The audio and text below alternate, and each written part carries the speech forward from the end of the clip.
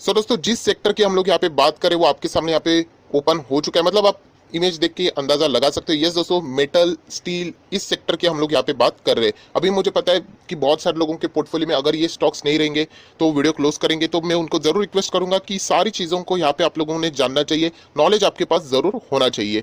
तो इस वीडियो में बने रहे, क्योंकि यहाँ पे क्या इशू हो चुका है वो भी अभी आप लोगों को यहाँ पे समझ में आ जाएगा। सो मेटल स्टील का अगर आप लोग आज का भी ग्राफ देखोगे, इंडाइसेस भी देखोगे, तो अच्छा खासा हम लोग को प्रेशर देखने को मिला है। एंड इसके पीछे की वजह है दोस्तों यूरोपियन यूनियन, यस दोस्तों ईयू जिसको हम लोग यहाँ पे बोलते हैं। एंड यहाँ पे ईयू से रिलेटेड हम लोग को एक न्यूज़ ऐसी यहाँ पे सामने आ रही है। सो एग्जैक्टली ये न्यूज़ किससे रिलेटेड है? सो दोस्तों, ये न्यूज़ है मेटल सेक्टर से रिलेटेड, जो इंपोर्ट किया जाता है किसके थ्रू? अगर हम लोग बात करें इंडिया या फिर इंडोनेशिया, यस दोस्तों, इंडिया एंड इंडोनेशिया से जो भी यहाँ पे जो मेटल है या फिर स्टील है वो इंपोर्ट किया जाता है यूरोपियन कंट्रीज में, तो वहाँ पे हम लोग को टैरिफ लगते हुए देखने को मिलने वाला है। मतलब बहुत ही सिंपल चीज़ बताना चाहूँगा, मतलब क्या गड़बड़ी है वो आप लोगों को एक एग्जाम्पल दिखाना चाहूँगा। फॉर एग्जाम्पल, हम लोग इंडिया में हैं, राइट? अगर हम लोग बात करें चाइना की, अभी हम लोग एक चीज़ बेचते हैं जो कि है 10 रुपए की, एक खिलौना बेचते हैं 10 रुपए का। यही माल जब चाइना बेचता है 8 रुपए का। अभी मुझे बताइए, इंडिया में जो चीज़ आप 10 पे बेचते हो, चाइना की जो यहाँ पे सेलर है वो 8 रुपए में बेचते हैं, कौन सा माल यहाँ पे खरीदा जाएगा? आप बोलोगे डेफिनेटली 8 रुपए का, क्योंकि हमारे माल से वो 2 रुपया सस्ता है। सो यहाँ पे क्या होता है, वो चाइना से क्या होता है, माल इंपोर्ट होता है इंडिया में, राइट? तो अभी यहाँ पे क्या किया गया, जो चाइना से जो माल इंपोर्ट होता है उसके ऊपर टैरिफ लगा दिया, या फिर आप लोग बोल सकते हैं टैक्स लगा दिया हेवी। सो ये जो 8 रुपए का माल था वो अभी महंगा हो गया। एंड ऑब्वियसली जो मैन्युफैक्चरर है, राइट, वो खुद के पॉकेट में से तो देगा नहीं, सो वो इसमें क्या कर देता है, वो टैक्स से वो जोड़ देता है। एंड वो अल्टीमेटली जो पहले 8 रुपए में बेचता था, अभी एक्स्ट्रा यहाँ पे पैसा लगा कि 12 रुपए हो चुका है। उसका प्रॉफिट बिल्कुल सेम है, बट यहाँ पे टैरिफ लग चुका है एंड उसके बदौलत यहाँ पे कॉस्ट बढ़ चुकी है। अभी सेम सवाल मैं आपको पूछूंगा, इंडिया में जो खिलौना हम लोग 10 रुपए पे बेचते थे, अभी चाइना वाले 12 रुपए पे बेच रहे हैं, क्योंकि यहाँ पे टैरिफ लगा दिया है। तो आप कौन सा खरीदोगे? डेफिनेटली पहले जो 8 रुपए पे खरीदते थे, इसलिए खरीदते थे क्योंकि वो सस्ता है, अभी नहीं जाएंगे, अभी 10 रुपए का माल खरीदेंगे। सो यही चीज अभी हमारे साथ यूरोप में होने वाली है। मतलब यही चीज आपको बताना चाहूंगा कि यूरोपियन कंट्रीज की अगर हम लोग बात करें एंड यहाँ पे इंडिया की बात करें या फिर इंडोनेशिया की भी बात करें, जो मेटल इंडिया से एंड इंडोनेशिया से यहाँ पे इंपोर्ट हुआ करता था एंड यूरोप में जाता था, सो उसके ऊपर अभी यहाँ पे टैरिफ लगाने का प्लान ईयू यहाँ पे कर रहा है। अगर टैरिफ लगेगा तो ऑब्वियसली पहले जो चीज़ 100 रुपए में थी वो 110 की हो जाएगी, 120 की हो जाएगी, महंगी हो जाएगी। सो डेफिनेटली जो ऑटोमेटिकली जो ऑल्टरनेटिव्स रहेंगे वो डोमेस्टिक लेवल पे भी वहाँ पे शायद से शिफ्ट कर सकते हैं। सो ये एक्चुअल में जो इशू है, इसके बाद हम लोग देख सकते हैं कि मेटल सेक्टर का जो रेवेन्यू है वो हम लोग को कम होते हुए देखने को मिल सकता है, प्रॉफिट में वहाँ पे इंपैक्ट आ सकता है। वापस कहना चाहूंगा, अभी तक कंफर्म न्यूज नहीं है, बट ये चीजें यहाँ पे वो कर सकते हैं। इससे रिलेटेड एक खबर जैसी सामने आई, आज आप देख सकते हो, मैं आप लोगों को दिखा भी दूंगा कि जो मेटल सेक्टर के जितने भी शेयर्स है, इंटायर मेटल सेक्टर में हम लोग को गिरावट देखने को मिली है। सो इसी के चलते दोस्तों, ये जो मैंने आप लोगों को एग्जांपल दिया, अभी मुझे लगता है कि आप लोगों को जो मसला क्या है वो समझ में आया होगा, तो सारी बातें यहाँ पे क्लियर हो चुकी होंगी। अभी हम लोग बात करेंगे थोड़ा और एक्स्ट्रा, मतलब ये तो बात अभी की थी। अभी बहुत सारे लोग ये भी पूछते हैं, सर आप पहले से मेटल सेक्टर, स्टील सेक्टर के अगेंस्ट क्यों रहते? सो उसके और भी एक दो वजह है, वो भी मैं आपको पेश करना चाहूंगा। यूरोपियन यूनियन की तो बात हो गई, अभी ये बात है ट्रेड वॉर से रिलेटेड। आप सभी लोग पता है यूएस एंड चाइना के बीच ट्रेड वॉर प्लस इलेक्शन का माहौल है, एंड पूरी कोशिश की जाएगी कि अमेरिका की ओर से कि चाइना को जितना डैमेज दिए सके, चाहे बातों बातों में क्यों ना हो, वो जरूर देने की कोशिश यहाँ पे कर सकते हैं। हालांकि बहुत सारे इकोनॉमिस्ट का ये भी कहना है कि एक्चुअल में ट्रेड वॉर स्टार्ट हो भी चुका है, सिर्फ ऑफिशियल अनाउंसमेंट कोई कंट्री यहाँ पे नहीं करना चाहती, वरना उस कंट्री के ऊपर उंगली जा सकती कि आपने यहाँ पे शुरुआत की है। सो ट्रेड वॉर जब भी होता है दोस्तों, आप इस इमेज से अंदाजा लगा सकते हो, जो इसमें जो पीटते हैं वो हमारे इंडिया का मार्केट भी यहाँ पे बुरी तरीके से पीटता है। एंड यहाँ पे जो पीटता है हमेशा की तरह, जैसे मैंने आप लोगों को दिखाया, मेटल सेक्टर, एंड उसी के साथ साथ जो एमएसएमईज है वो यहाँ पे ट्रेड वॉर के बीच में जबरदस्त फंस जाता है। सो इसीलिए मैं हमेशा मेटल सेक्टर अवॉइड करने को ही आप लोगों को बोलता हूँ। हालांकि जिन लोगों को चाहे वो जरूर वहाँ पे जा सकते हैं।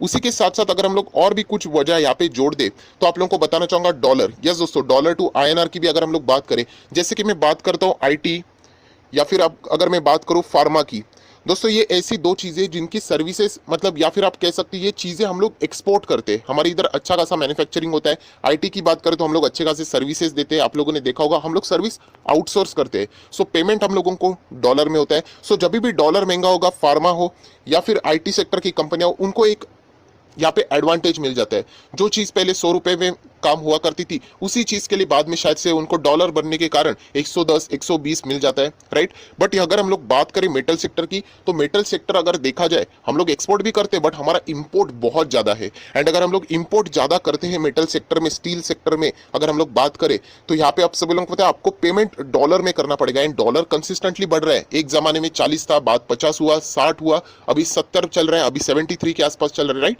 जो जाता है वो हमेशा हायर लेवल पे जाता है। सो डॉलर जब जब बढ़ेगा, जो कि अगर मैं हमेशा बात करूं 365 डेज होते हैं, उसमें अगर मैं बोल दूं तो लगभग 300 दिन तो डॉलर ही हम लोगों को मजबूत दिखने को मिलता है। रूपी बहुत ही कम टाइम हम लोग को मजबूत होते हुए देखने को मिलता है, एंड वो भी टेम्पररी स्केल के लिए रहता है। सो जब भी डॉलर महंगा होता है, मेटल सेक्टर की बुरी तरीके से बैंड बच जाती है, क्योंकि उनको जो चीजें रहती है पेमेंट वो डॉलर में करनी होती है। सो एक फॉर एग्जाम्पल अगर उनको कोई भी पेमेंट करना है, $100 हो गया एंड तभी डॉलर चल रहा था 70 रुपए, सो उनका बिल हो गया 7,000 रुपए का, एग्जाम्पल के लिए।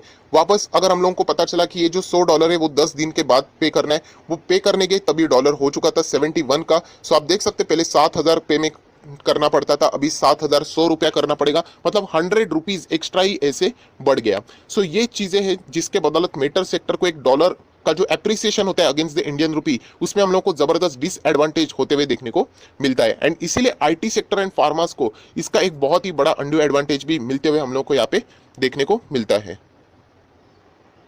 सो दोस्तों अभी हम लोग आ चुके हैं बिल्कुल हमारे नॉर्मल स्क्रीन के ऊपर, एंड यहाँ पे इस वीडियो को कंटिन्यू करने के लिए हम लोग जाएंगे यहाँ पे आज के जो परफॉर्मेंस है, मतलब इंडाइसिस, सेक्टरियल इंडाइसिस आपके सामने यहाँ पे ओपन हो चुके हैं, आप यहाँ पे क्लियर कट देख सकते हो। एंड यहाँ पे अगर आप लोग देखोगे तो सबसे ज्यादा आज हम लोग को गिरावट देखने को जो मिली है निफ्टी मेटल, यस मैं यहाँ पे आप लोगों को हाईलाइट करके दिखाना चाहूंगा, 2.12% हम लोग को यहाँ पे गिरावट देखने को मिल रही है। मतलब सारे सेक्टर की अगर हम लोग बात करें तो यहाँ पे बाकी भी सेक्टर में प्रेशर देखने को मिला, पीएसयू में देखने को मिले, प्राइवेट बैंक में देखने को मिला, रियलिटी सेक्टर में देखने को मिला, एंड ऑटो सेक्टर में भी। बट जो मेटल सेक्टर में जो गिरावट है आप देख सकते हो, बहुत ज्यादा प्रेशर, मतलब 2% से भी ज्यादा की गिरावट यहाँ पे मेटल सेक्टर ने ही क्रिएट की थी। सो इसके पीछे की जो वजह है वो ऑलरेडी मैं आप लोगों को बता चुका हूँ, यूरोपियन यूनियन से रिलेटेड हम लोग को देखने को मिली है। एंड अगर आप लोग मेटल के स्टॉक्स भी अगर आप लोग यहाँ पे देखोगे, सो यहाँ पे मैं जूम करना चाहूंगा, किसी इंडिविजुअल स्टॉक के ऊपर नहीं जाना चाहूंगा। सो आप लोग देख सकते हैं मात्र 2 पहले स्टॉक को छोड़ के यहाँ पे अगर मैं चाहूँ तो इन 2 स्टॉक को इग्नोर कर लेता हूँ, बाकी जितने भी मेटल के स्टॉक से हम लोग को यहाँ पे नीचे गिरते हुए देखने को मिल रहे हैं। सो ये सबसे बड़ा डिसएडवांटेज रहता है मेटल सेक्टर का, स्टील सेक्टर का, कि जो यूजुअली जो डिसीजंस रहते हैं वो हम लोगों को बाहर से आते हुए देखने को मिलते हैं। मतलब अगर बाहर कुछ अगर हो गया सो उसका इंपैक्ट हम लोग को यहाँ पे देखने को मिलता है। एंड जैसे मैं हमेशा आप लोगों को बोलता हूँ कि वॉरेन बफेट जी भी बोलते हैं कि जो सेक्टर आप लोगों को पता नहीं होता है कि उसमें क्या चल रहा है, जो बिजनेस आपको समझ में नहीं आता है, ऐसे बिजनेसेस को आप लोगों ने इग्नोर करना चाहिए, राइट। तो इसीलिए मैं आप लोगों को ये भी बताता हूँ कि मेटल सेक्टर आप चाहो तो इग्नोर कर सकते हो। इससे पहले भी आप लोगों ने देखा होगा मेटल सेक्टर के शेयर्स एज सच में आप लोगों को कभी भी यहाँ पे नहीं बताता हूँ। उसी के साथ साथ बहुत सारे लोग ये भी आर्ग्यू करते हैं सर केमिकल सेक्टर भी देखा जाए तो कुछ समझ में नहीं आता, फिर केमिकल सेक्टर क्यों सिलेक्ट करने का। सो दोस्तों इससे पहले भी मैं एक डिटेल वीडियो बना चुका हूँ कि केमिकल सेक्टर हम लोगों को इवन दो समझ में नहीं आता है बट उसको हम लोग इग्नोर नहीं कर सकते, क्योंकि केमिकल हर चीज में इस्तेमाल होता है। इवन दो अगर मैं बात करूँ आपके घर में जो सब्जी भी आती है ना, उसमें भी आप लोगों को केमिकल सेक्टर का डायरेक्टली ना इनडायरेक्टली इन्वॉल्वमेंट देखने को मिलता है। मतलब पेट्रोल भी जो बनता है, आप सभी लोग पता है क्रूड ऑयल से रिलेटेड ये सारी चीजें होती है। एंड क्रूड ऑयल के प्राइस का फ्लक्चुएशन पेट्रोल के प्राइस का फ्लक्चुएशन डिसाइड करता है। एंड पेट्रोल जितना महंगा सस्ता होगा उतनी आपकी महंगाई के ऊपर फर्क पड़ेगा, उतनी आपकी सब्जी महंगी और सस्ती होगी। सो अल्टीमेटली केमिकल सेक्टर ये बहुत इंपॉर्टेंट है। जैसे और भी कुछ एग्जांपल देना चाहूंगा, पेंट में भी केमिकल सेक्टर आप सभी लोग पता है वो एक केमिकल सेक्टर ही है। उसी के साथ साथ क्रूड ऑयल की भी हम लोगों ने यहाँ पे बात कर ली, बाकी सारी भी अगर हम लोग ऑयल रिफाइनरीज की भी बात करें, उसी के साथ साथ अगर हम लोग बात करें तो और बहुत सारी, मतलब एग्रीकल्चर में भी केमिकल्स के यूज किए जाते हैं। अलग पैटर्न अलग हो सकता है बट यूजुअली जो इस्तेमाल रहता है उसी फॉर्म में हम लोग को देखने को मिलता है। फार्मा में भी केमिकल्स रहते हैं। सो इसीलिए मैंने आप लोगों को केमिकल सेक्टर के शेयर्स बताए थे एंड वो भी कहा था कि टॉप केमिकल सेक्टर के शेयर्स में आप लोगों ने रहना चाहिए। मतलब इवन दो कल हम लोगों को कुछ होता है वो समझ में नहीं आता है, फिर भी आप लोगों का पैसा सेफ रह सकता है। एनीवेज हम लोग केमिकल सेक्टर से रिलेटेड फिलहाल यहाँ पे ज्यादा बात नहीं करेंगे, मेटल सेक्टर के ऊपर ही वीडियो था। सो ओवरऑल यही कहना चाहूंगा वीडियो को क्लोज करते वक्त दोस्तों, आप लोग यहाँ पे देख सकते हैं मेटल सेक्टर में हम लोग को मजबूती से यहाँ पे गिरावट होते हुए देखने को मिल रही है। एंड इसीलिए मैं हमेशा मेटल सेक्टर्स को अवॉइड ही करने की सलाह देते रहा हूँ। सो न्यूज आप लोगों को यहाँ पे समझ में आ गई है। अगर ये न्यूज फ्यूचर में जाके अगर पलट जाती है तो हम लोगों को जरूर आज जितना मेटल गिरा है उतना ही हम लोग को रिकवर होते हुए भी देखने को मिल सकता है। सो बाद में ये मत बोलना सर आप तो बोल रहे थे अभी रिकवर क्यों हो गया।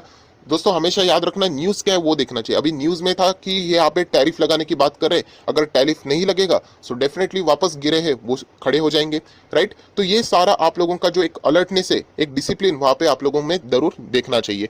तो चलिए दोस्तों, इस वीडियो को यहीं पे रोकते हैं। आई होप आशा करते हो आपको वीडियो अच्छा लगे तो जरूर लाइक करना, दोस्तों के साथ शेयर करना, तो उनको भी ये सारी बातें पता चल जाएगी। So that's it, thank you very much दोस्तों, we will be meeting in our next video. तब तक के लिए बाय बाय।